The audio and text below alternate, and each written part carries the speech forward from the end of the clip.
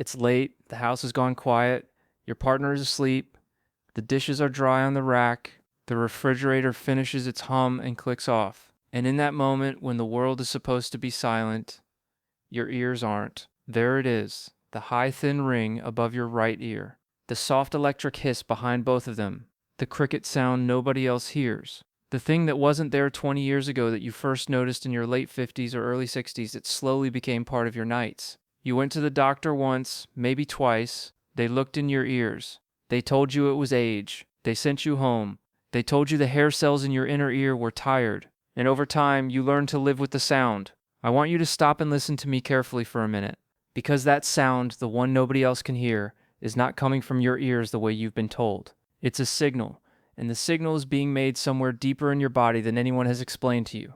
For a lot of people watching this video who are over 60, the place where that sound begins is not the ear, it's the blood. One vitamin sliding lower in your bloodstream year after year.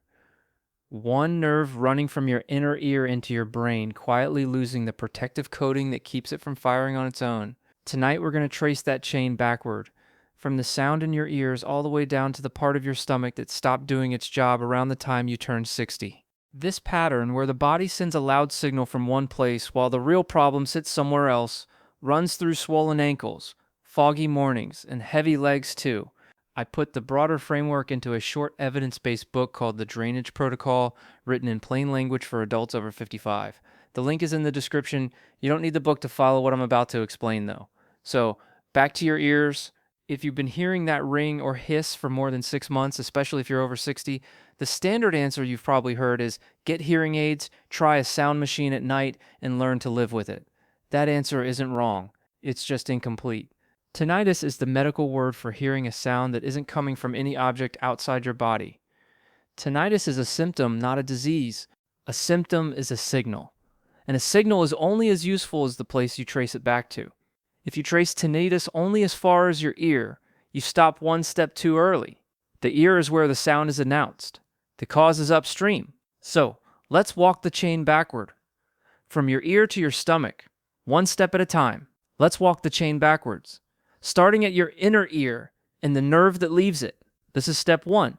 Inside your inner ear is a small spiral structure called the cochlea, about the size of a pea. Inside that spiral are tiny hair-shaped cells that vibrate when sound waves hit them. When they vibrate, they send a signal up a single nerve, the cochlear nerve, into your brain. The cochlear nerve is not a single wire. It's a bundle of about 30,000 individual fibers, each carrying a piece of the signal. Every one of those fibers is wrapped in a protective layer called the myelin sheath. The myelin sheath is the white fatty coating around a nerve fiber. It's the insulation. Picture an old telegraph wire running across the country. The rubber insulation keeps the signal clean and stops it from picking up stray static. When the insulation cracks, the signal slows down, and the wire picks up static from wind and nearby wires. A nerve with cracked insulation does not stay quiet when it's supposed to. It fires on its own, and the brain hears that misfire as sound. For many older adults, the hair cells in the cochlea may be fine. The brain may be fine. The wire, the cochlear nerve, is the part with cracked insulation. So the nerve fiber, with its cracked insulation, doesn't stay quiet when it's supposed to be quiet. It fires on its own, sending a signal when there is no real sound to carry. The brain receives that random firing as sound. It doesn't know it came from a leaky nerve. It processes it the same way it would a real sound. And you hear a ringing or a hiss. There's no extra sound being made outside your body. It's your own auditory nerve fibers misfiring through gaps in the myelin sheath, sending a signal that your brain has no way to tell is a leak. So if that's the first step, the obvious next question is, why is the insulation cracking? That's the second step, and it takes us deeper into the body. Step 2 is the myelin sheath itself. What is it made of? How does the body build it? And what happens when it stops being built properly? Myelin is made mostly of fats called sphingolipids and proteins. Myelin is made mostly of fats called sphingolipids and proteins. That's a small detail you don't need to remember, but it matters because the body needs specific raw ingredients to build it. The body cannot make those fats correctly without 2 specific raw ingredients. One is folate, a B vitamin, and the other is vitamin B12, also called cobalamin.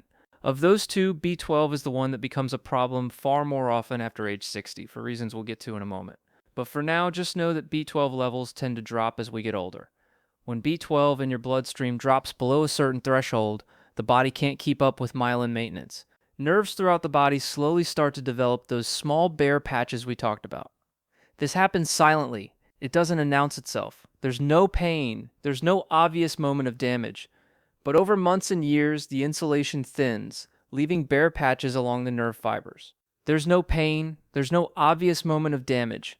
The thinning happens gradually, silently, over many months and years, without any warning signs you can feel. The auditory nerve, because it's so densely fibered and so finely tuned, is one of the early places where this shows up. Long before you might notice numbness in your toes or fingers, the auditory nerve may already be losing its clean signal. Before the ears ring, toes and fingers can feel strange, but those body parts often get ignored or blamed on other things. The first sign is often a ring in the ears, not numbness in the toes. That's because the auditory nerve is so finely tuned.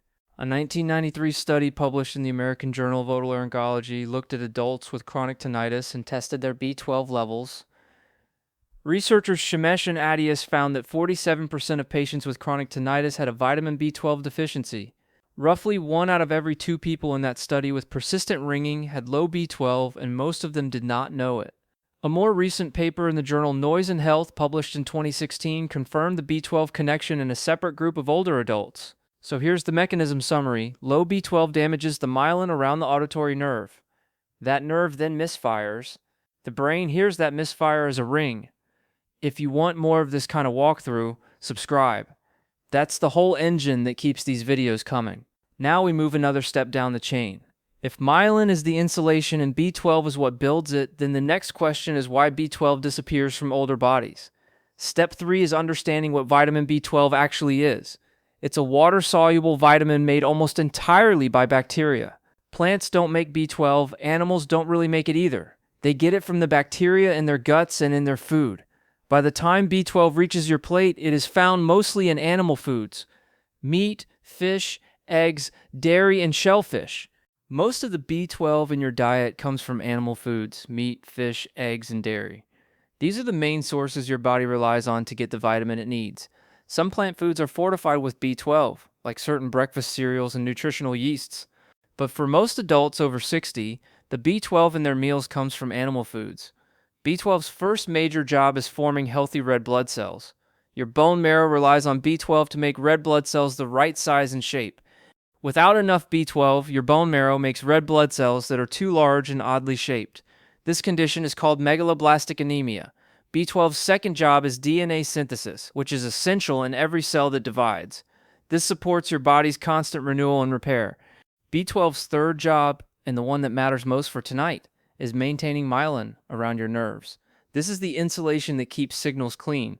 When this third job fails, the myelin thins, and for many, the first sign of that failure is a ringing sound in the ears. In the United States, most labs flag a serum B12 level below 200 pg per milliliter as deficient. That's the official cutoff. But many older adults begin to develop nerve symptoms, including tinnitus, at levels between 200 and 400 pg per milliliter. That's the gray zone. The lab calls this gray zone normal, but your nerves may not agree. The official range doesn't always match what your body needs. If your B12 comes back at 240, your clinician may tell you you're fine.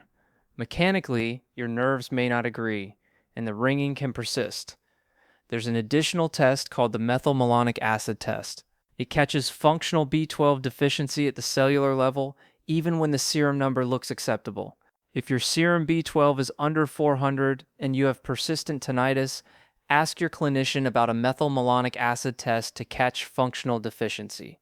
Now we move to the fourth step in the chain: why B12 disappears from older bodies in the first place. Step 4 centers on your stomach and how its function changes as you age. When you eat a piece of meat or an egg, the B12 inside is bound to a protein, which means your body cannot use it in that form. Your stomach must first produce enough acid to unwrap the B12 from its food protein, freeing it for absorption. Once freed, a small protein called intrinsic factor grabs the B12 and carries it down through the digestive tract. Intrinsic factor is made by specialized cells in the stomach lining called parietal cells. The B12, still attached to intrinsic factor, travels to a specific part of the small intestine called the ileum, where it is absorbed into the bloodstream. Think of it like a relay race with 2 batons. Stomach acid hands the B12 off to intrinsic factor, which carries it to the finish line. If either baton is dropped, Low acid or low intrinsic factor, the B12 passes through the digestive tract and leaves the body unused no matter how much you ate. A condition called atrophic gastritis becomes more common with age, affecting an estimated 20 to 30% of adults over 60 in the United States. National Institute on Aging. Atrophic gastritis means the stomach lining has thinned and lost some of its working cells, including those that make acid and intrinsic factor. A condition called atrophic gastritis affects about 20 to 30% of adults over 60 in the United States. That number rises with each decade. By age 70, it's closer to 1 in 3 people. When atrophic gastritis develops, two things drop at the same time. Stomach acid production falls, and intrinsic factor production falls. So even an older adult eating a B12-rich diet, meat at lunch, eggs at breakfast, fish on the weekend, can be slowly running short. The food carries the vitamin in just fine, but the stomach can't unwrap it. The carrier can't carry it. The vitamin walks out of the body unabsorbed. The blood level drops slowly, year by year. It's a gradual slide that often goes unnoticed until symptoms appear. The myelin around the auditory nerve thins, the protective insulation gradually wears away, fiber by fiber. The fibers begin to misfire. And one quiet night in your 60s, you start to hear a ring that wasn't there before. Several common medications that older adults take every day make this absorption problem significantly worse. Acid-suppressing medications called proton pump inhibitors with names ending in prazole directly lower stomach acid. A second class of medications called H2 blockers does something similar. They also reduce stomach acid. Metformin, a widely used medication for type 2 diabetes, reduces B12 absorption through a different mechanism in the small intestine. A 2010 randomized trial published in the British Medical Journal found that long-term use of metformin, a common diabetes medication, was linked to measurably lower B12 levels in older adults. If you take any of those medications, never stop them on your own. That is not safe. The conversation with your clinician is about monitoring, not abandoning. The right conversation is simple. Should my B12 be checked, and should supplementation run alongside my medication? That's a normal, safe, evidence-supported question to ask. So let me pull the whole chain together in one place. The stomach thins with age. Acid and intrinsic factor drop. B12 in food goes unabsorbed. Blood levels fall. Myelin around the auditory nerve thins. The nerve misfires. You hear a ring. The sound is real. But the cause is not in your ear, it is in your blood, and it began in your stomach. That is the framework you can now bring to your next appointment. I have to slow down here and say something carefully. Tinnitus has many possible causes. Not all of them are vitamin related, and some of them are serious. Listen to what comes next. If your tinnitus is only in one ear and not both, that is a finding that needs medical evaluation, not vitamins. One-sided tinnitus requires a doctor's look. One-sided ringing can sometimes be a sign of a small benign growth on the auditory nerve called an acoustic neuroma. It should be checked by a specialist. If your tinnitus pulses with your heartbeat, what is called pulsatile tinnitus, that is a separate category and needs a vascular evaluation. Do not assume it is B12. If your tinnitus came on suddenly, over hours or days rather than over months or years, see a clinician soon. Sudden changes need prompt attention. Sudden hearing changes can sometimes be reversed if they are caught within the first 2 weeks. That window is narrow. Do not wait. If you have new dizziness, balance problems, or hearing loss along with the tinnitus, that combination needs an ear, nose, and throat doctor. It is not a do-it-yourself situation. None of what I just explained replaces a conversation with your own doctor. This framework is for you to take with you, not to act on alone. The point of this video is to give you the framework to have a smarter version of that conversation, not to skip it. Your clinician is still your best partner. Tonight, do one simple thing. Take a piece of paper or open the Notes app on your phone and write down 3 answers. The first one is how long you have had the ringing. The second answer to write down is whether the ringing is in both ears or just one. This is important for your doctor to know, because one-sided tinnitus needs a different kind of check. The third answer is a list of every medication you take daily, especially anything for acid reflux or type 2 diabetes. Those 2 classes of drugs can directly affect B12 absorption. Bring that piece of paper to your next appointment. Writing down those 3 things alone will make the conversation with your doctor at least 40% more useful. This week, take a look at 3 things in your diet. The first is whether you eat any animal foods regularly, such as meat, fish, eggs, or dairy. If the answer is rarely, that is a clue. The second dietary check is for fortified foods. Certain breakfast cereals are enriched with B12. Look for that on the label. It is an easy way to add a little extra. The third dietary point is for vegetarians and vegans over 60. You are in a higher risk category for low B12 because plant foods do not naturally contain it. Supplementation is worth a conversation with your doctor. This month, ask for 2 specific blood tests at your next appointment. The first is a serum vitamin B12 level. This is the standard test that measures how much B12 is in your blood. The second test is a methylmalonic acid test. This catches functional B12 deficiency at the cellular level, even when the serum number looks normal. It is the more sensitive test. If your clinician asks why you want these tests, you can say, I have persistent tinnitus. I am over 60, and I want to rule out a functional B12 deficiency before assuming it is only age. That is a reasonable, supported request. If your serum B12 comes back below 200 pg per milliliter, standard medical care calls for supplementation, your clinician will guide the form and dose, and that conversation is straightforward and well supported by evidence. For some older adults with severe atrophic gastritis, the stomach has lost so much of its working lining that oral B12 cannot be absorbed. In those cases, B12 injections bypass the stomach entirely and deliver the vitamin directly into the muscle. If your B12 falls in the gray zone between 200 and 400, the standard serum test may look acceptable, but your nerves might still be short. That is when the methylmalonic acid test becomes essential. It catches functional deficiency at the cellular level. When methylmalonic acid is elevated, it confirms that your body is functionally deficient in B12, even if the serum number looks okay. That result makes supplementation a reasonable next step to discuss with your doctor. 2 whole eggs at breakfast several times a week deliver about 1.5 micrograms of B12 each. That is a simple, safe dietary addition that supports your body's myelin maintenance. A 3-ounce serving of beef or lamb delivers between 2 and 3 micrograms of B12. That is a good source for those who include red meat in their diet. A 3-ounce serving of salmon or tuna provides between 2 and 5 micrograms of B12, making it a particularly rich dietary option for supporting nerve health. Plain yogurt delivers about 1 microgram of B12 per cup, making it a gentle, easy-to-digest option for adding B12 to your day. The recommended daily intake of B12 for adults over 50 is 2.4 micrograms. That is the minimum target, but for older adults with absorption issues, the working amount may need to be much higher. Because age-related absorption problems are common, the dose needed to keep nerves healthy may be higher than the standard recommendation. That is why supplementation under a clinician's guidance often becomes part of the answer. In the first 2 to 4 weeks of repleting B12, most people notice no change in the ringing. That is normal. The myelin sheath is being repaired, but it takes time. There is no overnight fix. Myelin repair is a slow biological process. The body has to assemble new fatty layers around thousands of nerve fibers, and that cannot happen overnight. Patience is part of the protocol. Between weeks 4 and 12, some people start to notice the sound becoming quieter, or less constant, or easier to ignore. Not everyone improves. Results vary from person to person, and that's completely normal. By months 3 to 6, the picture becomes clearer. Improvements that are going to happen have usually started to show.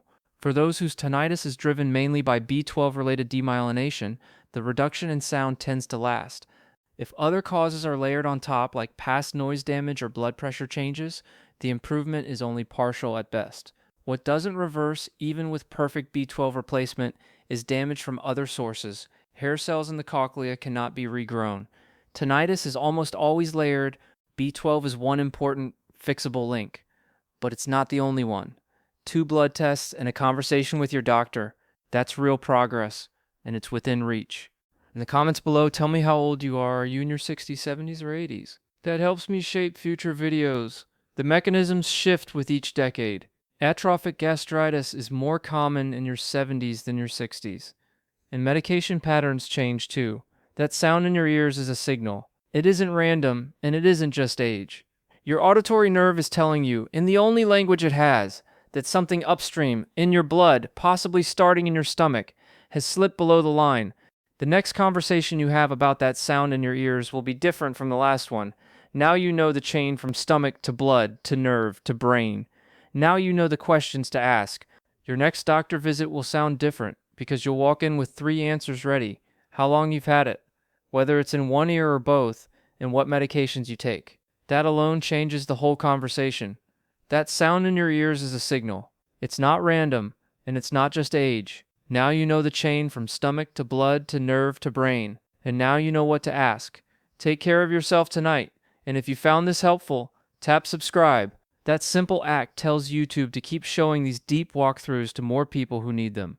Remember, this video is for educational purposes only and is not medical advice. Always consult a qualified healthcare professional before making changes to your health, diet, or medication. The framework you learned tonight is a starting point for a better conversation with your doctor. I'll see you in the next video. Until then, take care of yourself tonight.